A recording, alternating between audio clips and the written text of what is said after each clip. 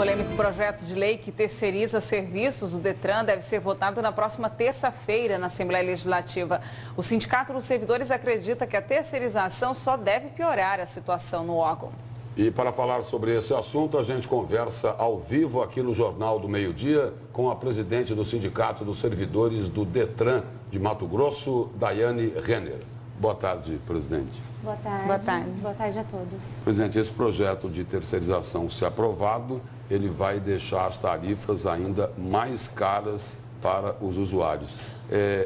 Essa terceirização aí, a insistência no projeto seria uma espécie de represália aos servidores por causa do movimento grevista que ocorreu há poucos meses?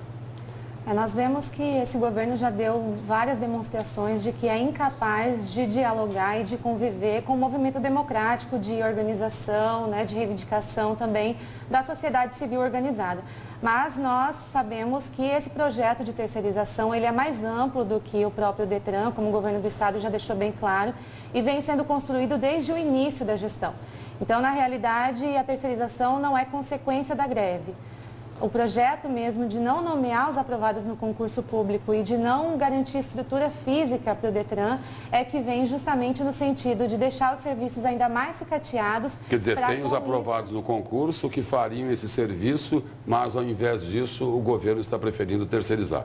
Isso, nós temos 133 vistoriadores aprovados no concurso público e 11 engenheiros mecânicos também para atuar em todos os polos do estado. O governo se recusou a nomear esses aprovados, por mais que estivesse previsto no orçamento de 2015 e também está no de 2016, justamente para que a situação de filas de espera na vistoria veicular justificasse para a opinião pública o projeto de terceirização que já vinha desde o início da gestão. A senhora fala que ele é mais amplo também porque ele deve chegar a outros órgãos, principalmente aqueles que arrecadam, a senhora acredita? Isso, nós tivemos uma audiência pública que foi provocada pela reivindicação da categoria e por requerimento também da deputada Janaína Riva e do coronel Taborelli na Assembleia Legislativa na última terça-feira. E a representação do governo, o presidente do Detran e também o líder do governo, o deputado Wilson Santos, deixaram bem claro que é um projeto de governo terceirizar os serviços públicos, que o governo está iniciando pela vistoria do Detran, mas que deve se avançar também para outros serviços.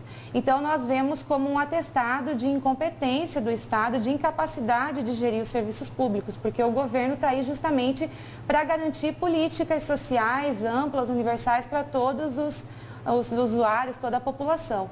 E hoje nós vemos que o Detran continua cada vez mais estacionado e regredindo também no sentido de garantir uma política de trânsito seguro. Investimento em educação de trânsito, investimento em fiscalização de trânsito e engenharia também. O nosso concurso público foi construído ao longo de 2 anos justamente para mudar essa situação. Ele traz pela primeira vez subsédios administrativas regionais no interior do estado para dar mais autonomia para as Ciretrans resolverem os seus problemas de imediato. Ele também garante fiscais de trânsito que hoje o Detran não tem e muitos servidores para o atendimento ao público. Só na vistoria veicular nós teremos condições de triplicar o número de atendentes. A senhora falou agora há pouco aí de que a ideia do governo aí é de começar a terceirização pelo Detran. Isso significa que em outros setores, em outros segmentos, tem categorias que daqui a pouco vão enfrentar também o mesmo problema que o Detran está enfrentando hoje. Isso, nós inclusive chamamos a atenção aí dos colegas de outras categorias que estão assistindo, para essa situação. No caso da saúde, isso já está muito claro. O governador se elegeu com um discurso aí de combate às organizações sociais de saúde, inclusive dizia aí que não somos bobó cheira-cheira. E a valorização do servidor público fica onde?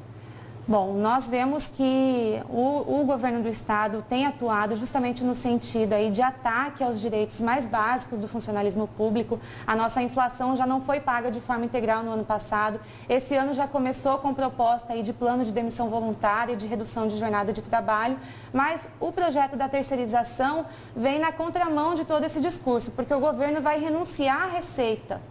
Isso é muito importante, tem sido destacado na Assembleia Legislativa também. O governo vai deixar de arrecadar com a vistoria que vai passar a ser feita por empresas privadas.